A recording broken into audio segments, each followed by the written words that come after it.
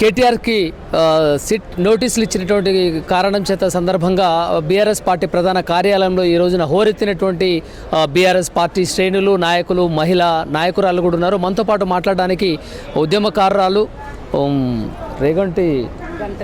గంటల రేణుక గారు ఉన్నారు. వారిని అడిగి తెలుసుకునే ప్రయత్నం చేద్దాం. ఏంటి ఇంతమంది రావడానికి గల కారణం ఏంది? సెట్ నోటీసులు ఇచ్చిన తర్వాత నిన్న మొన్న హరీష్ రావుకి ఇచ్చారు, ఈ రోజున కేటీఆర్కి ఇచ్చారు. ఎలా చూడొచ్చు అంటారు దీన్ని ఎలా చూడంటే రాజకీయంగా కుట్ర వందుతుండ్రు.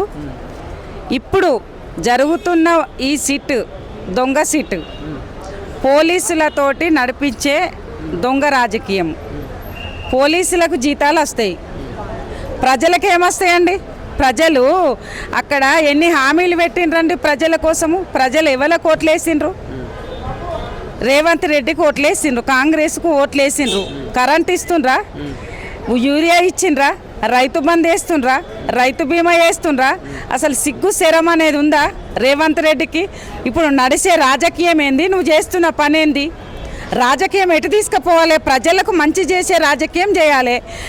కేటీఆర్ గారి గురించి హరీష్ రావు గారి గురించి రాజకీయం చేస్తే నీకు వచ్చేదేముంటుంది, పోయేదేముంటుంది? మళ్ళీ ఈరోజు ఇప్పుడు సాయంత్రం దాకా మేము ఉంటాం, ప్రజలలోకి పోవాలి. ఇప్పుడు 4 రోజులు మాకు టైం వేస్ట్ చేసినాం. ప్రజలలోకి పోవాలంటే నువ్వు ప్రజలకు నువ్వు పోవు, మమ్మల్ని పోనీయవు ప్రతిపక్షంగా. అసలు నువ్వు ఏ మనిషివి? విదేశాలలో ఎంజాయ్ చేయడానికి పోయినావు. ఏమన్నా తెలంగాణ రాష్ట్రానికి ఏమన్నా తేనికి పోయినావా? ఏమన్నా పెద్ద ఏనికి పోయినావా? దేనికోసం పోయినావు నువ్వు? తెలంగాణ రాష్ట్రం ఏం అల్లకల్లాలమవుతుంది. ఏం పెట్టుబడి తెచ్చిండండి 2 సంవత్సరాలల్లా? ఏం చేసిండు ఆయన? 420 హామీలు చేసిండ్రు. ఆ హామీలను నెరవేర్చిన రాయినా అని మా కేటీఆర్ గారు హరీష్ రావు గారు చెరోదిక్కు ప్రయాణం చేస్తుండ్రు. ఆ ప్రయాణాన్ని అడ్డుకోవడానికి ప్రజలకు పోయి మేము ఏమడుగుతున్నామో మా నాయకులు ఏమడుగుతుండ్రు? 420 పథకాలు చేసిండ్రు కదా, మరి ఒక్క పథకం మా అన్న అందిందా అని అడుగుతున్నాం. క్వశ్చన్ అంతే. అందిందా అందలేదా? మరి ఎటు ఓట్లు వేస్తారు? ఏం కథ? మన రాజకీయం ఏంది? మన తెలంగాణ భవిష్యత్ ఏందని ప్రశ్నిస్తున్నాము. హామీలు పథకాలు ఇచ్చిన హామీలను నెరవేర్చమని మేము అడుగుతున్నాము. నువ్వేమో మా మీద ఇట్లాంటి దొంగ అరెస్టులు, దొంగతనంగా ఈ పోలీసులను పట్టుకొని ఈ సీటానేసుడు, టైం వేస్ట్ చేస్తాను తప్ప నువ్వు ఏం చేస్తలేవు. హరీష్ రావుకి ఇచ్చారు, ఇలా కేటీఆర్కి ఇచ్చారు. రేపు ఎవరికి ఇస్తారంటారు? ఇగో ఎవరికి ఇచ్చినా మా వాళ్ళు సిద్ధంగా ఉన్నారు. ఏ నాయకునికి కార్యకర్తకి భయపడితే మేము ఎక్కడ భయపడతాము? తెలంగాణ కోసం ఉద్యమాలు చేసినాం, ఢిల్లీకి పోయినాం, జైళ్ళల్లో ఉన్నాం, దెబ్బల పాలైనాం, చచ్చిపోయినరు, సావులు అయినాయి. మా తెలంగాణ ప్రజల మించిన సావులు అయినాయి. తెలంగాణ తెచ్చుకున్నాము. తెలంగాణ తెచ్చుకొని 10 ఏళ్ళు రాజ్యం వెళ్ళినాం. 10 ఏళ్ళల్లో మీరు చేసిందేందో మేము చేసిందేందో కళ్ళకు కట్టినట్టు తెలంగాణ ప్రజలు చూస్తుండ్రు. ఒకసారి మార్పు అని వాళ్ళు తెచ్చుకున్నారు. ఇప్పుడు రైతులు ఏడుస్తుండ్రు. వాళ్ళు చెప్పుకోలేకుండా పోతుండ్రు రైతులు. ఎందుకంటే రేపు చెప్తే ఎక్కడ ఇస్తుండ్రు లెక్క చెప్పాలి కదా. అసెంబ్లీలో మా హరీష్ రావు గారు క్వశ్చన్స్ వేస్తుండ్రు. క్వశ్చన్స్ చేసినప్పుడు ఒక సమాధానం అని చెప్పాలి కదా. ఆ శాఖకున్న మంత్రులు ఉంటారు కదా, అసెంబ్లీలో ఎమ్మెల్యేలు ఉంటారు కదా, శాఖకు సంబంధించింది. ఈ శాఖలో ఇంత రాలేదు, ఈ శాఖకు ఈ 1 ఇయర్లో ఇంత రాలేదు, దళిత బంధు పడతలేదు, మన అది పడతలేదు అని అడుగుతుండ్రు క్వశ్చన్. హరీష్ రావు గారు తనకు సమాధానమే చెప్తలేరు, మైక్ కట్ చేసుకుంటారు. ప్రజలకు ఎట్లా పోతుంది? వాయిస్ ఎట్లా వెళ్ళిపోతుంది? అసెంబ్లీలో జరిగే వాయిస్ ప్రజలకు ఎట్లా వెళ్ళిపోవాలి? ఎక్కడ మీకు కొట్లాడుతుంటే మైకులే బంద్ చేసుకోవట్రి. అసెంబ్లీలకు కేసీఆర్ అత్తేంది రాకపోతుంది. ఇక్కడ గీళ్ళతోటే పిల్లకాయలతోటే మీరు తట్టుకుంటలేరు. ఇంకా పెద్ద ఆయనతో మీరేనైతే తట్టుకుంటారు చెప్పండి? తెలంగాణ రాష్ట్రంలో అసలు ఏ పదవైనా చేయని, రాజకీయం చేయని కేసీఆర్కు ఉందా?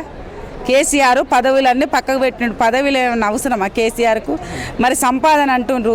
మరి మీరు 50 ఏళ్ళ చరిత్రలో 50 ఏళ్ళు మీరు రాజకీయం చేసిండ్రు కదా. ఆ 50 ఏళ్ళల్లో మేము ప్రశ్నిస్తలేమే మీరు ఎంత సంపాదించినని? ఏమేమో ఫామ్ హౌస్లో అన్నాడు, ఫామ్ హౌస్ ఇదేనా మీరు మాట్లాడే పద్ధతి? కేసీఆర్ గురించి మీకెందుకు? మీరు ప్రభుత్వం వచ్చింది, ప్రభుత్వం పనులు చేసుకోవాలి. కేసీఆర్ అసెంబ్లీకి వస్తాడు, ప్రజలలోకి పోతాడు, తన కాన్సెన్సీని చూసుకుంటాడు, ప్రతిపక్షంగా కొట్లాడతాడు.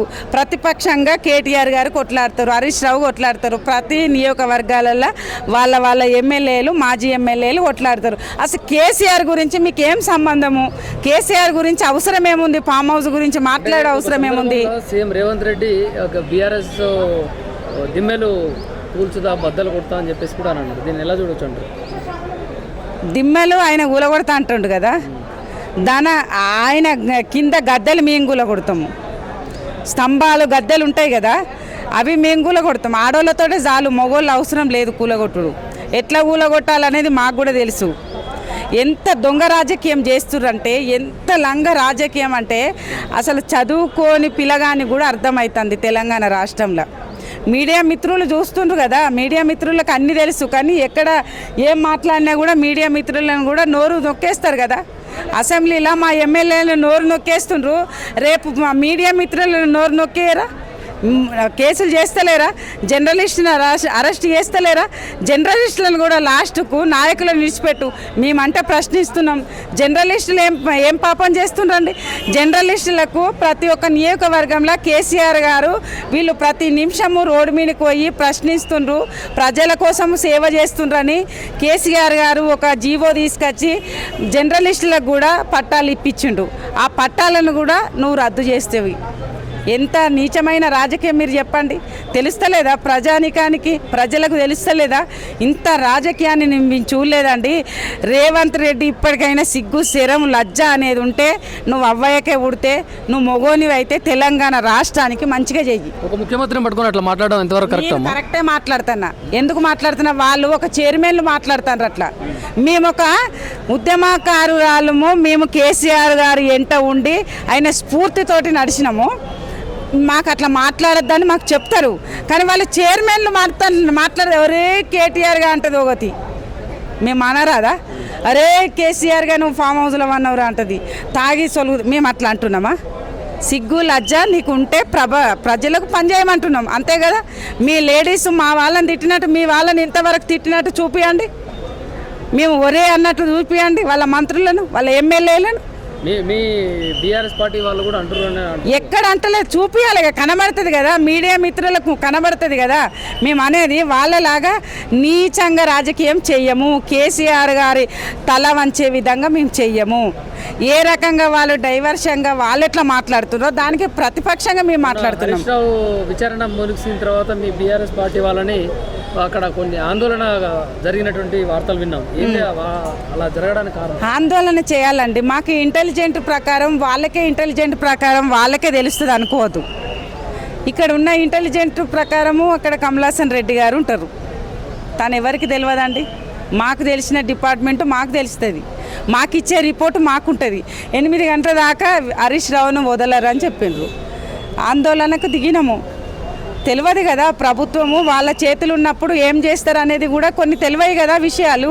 కొన్ని వట్టుగానైనా తీసుకుపోయి ఒక రోజు ఉంచుతారు వాళ్ళు. అంటే దాదాపుగా 7:30 గంటల పాటు విచారణ జరిగిన తర్వాత కూడా మళ్ళీ పిలిచే అవకాశాలు ఉన్నాయి హరీష్ రావు కూడా.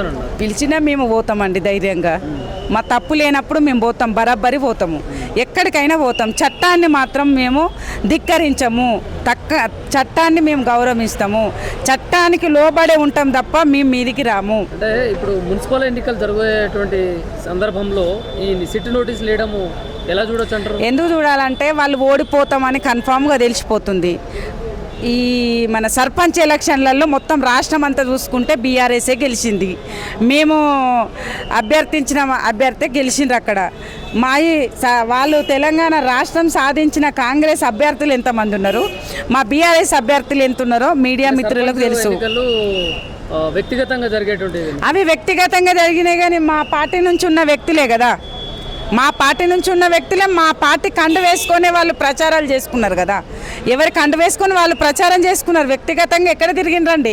ఇంకా బీఆర్ఎస్ కాంగ్రెస్ వాళ్ళే కండవలు వేసుకొని తిరిగిండ్రు. మా బీఆర్ఎస్ వాళ్ళే కండవలు వేసుకోవాలి ఎక్కడ అరెస్ట్ చేస్తారని. మా వాళ్ళే ఖచ్చితమైన నిజాయితీ పరంగా మా సర్పంచులు గెలిచిండ్రు. వాళ్ళు దొంగతనంగా కండు వేసుకొని గెలిచిండ్రు. కండు వేసుకొని వాళ్ళు గెలిచిర్రు. మా బీఆర్ఎస్ వాళ్ళు కండు వేసుకోలే, నిజాయితీగా మేము టీఆర్ఎస్ అని చెప్పుకుంటే సూటిగా అడుగుతున్నా, సూటిగా సమాధానం చెప్పండి. నోటీసులకి బీఆర్ఎస్ పార్టీ లీడర్లు కార్యకర్తలు భయపడతారా? అస్సలే భయపడమండి, అస్సలు భయపడం. మేము తీవ్రమైన ఆందోళన ఉంటాయి. అసలు ఇలా కేటీఆర్ ఒక 1 అవర్ కాదు 5 నిమిషాలు లేట్ అయినా కూడా మేము ఊకుండే ప్రసక్తి లేదు. ఎందుకు కూర్చుండబెడతాండ్రు ఇంతసేపు?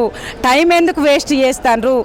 ఇంత కక్షపూరితమైన రాజకీయం ఎందుకు చేస్తుండ్రు? ఈ రాజకీయాన్ని మాట్లాడకపోతే మీ కాంగ్రెస్ గద్దె దించుడు ఒకటే, మీ భవనాలు కూల్చుడు ఉండదు. రేవంత్ రెడ్డి కింద గడ్డపార తీస్తాము. మున్సిపల్ ఎన్నికల్లో ప్రధాన పాత్ర ఏ విధంగా పోషించబోతుంది బీఆర్ఎస్ పార్టీ? మా పార్టీ కార్యకర్తలు చాలా చురుగ్గా ఉన్నారు. ఓటర్స్ కూడా మేము ఏదో వాళ్ళని ఒకసారి మేము చూస్తాం, మార్పు అన్నారు కదా అని ప్రజలు ఉన్నారు. ప్రజల ఓట్ల తీర్పు ఏ రకంగా వస్తున్నది అనేది ఏ రాజకీయ నాయకునికి తెలియదండి. ఇది ప్రపంచంలోనే ఏ నాయకునికి తెలియదు ప్రజల తీర్పు ఓటు ఎట్లుంటుందని. ఆ ఓటు ఒక డాక్టర్ బిఆర్ అంబేద్కర్ గారు మనిషి అనేదానికి భారతదేశంలో పుట్టినందుకు ఓటును సృష్టించి ఈ ఓటు ద్వారా నీ హక్కును నువ్వు కాపాడుకోవాలని అంబేద్కర్ గారు తెప్పించిన ఓటును కాపాడుకోవాలి. ఇప్పటికైనా ప్రజలు కానీ నాయకులు కానీ ఎవరు కానీ ఏ పార్టీ కానీ అమ్ముకునుడు అనేది కాదు. ఓటు తీర్పు ప్రజల తీర్పు. ఎలా ఉంటుంది ప్రభావం అనేది ఏం లేదని బీఆర్ఎస్ సీట్లు బాగా వస్తాయి. ఇప్పటికీ ఆ సీట్లు రావద్దనే డైవర్షన్ చేస్తున్నారు అన్నట్టు. కాంగ్రెసు ప్రజలలో ఉంటారు, వీళ్ళు ఇక్కడ అరెస్ట్ దానిల మీద వాళ్ళు అల్లకాలల్లం అవుతున్నారు కాబట్టి. కానీ మా మనుషులు అక్కడ తిరుగుతూనే ఉన్నారు, కాన్స్టెన్సీలలో ఉన్నారు, వార్డర్లను ఉన్నారు, ఇన్ఛార్జీలను పెట్టినాం. ఆల్రెడీ ఇన్ఛార్జీలు తిరుగుతాండ్రు, వార్డర్లలో తిరుగుతాండ్రు. ఏ పనికి ఆ పనే ఉన్నది మా దగ్గర. ఇక్కడ చేసేది ఎవరు ఉన్నారంటే ఓన్లీ అసలు సిసలైన ఉద్యమకారులు మాత్రమే భవన్లు ఉన్నారు.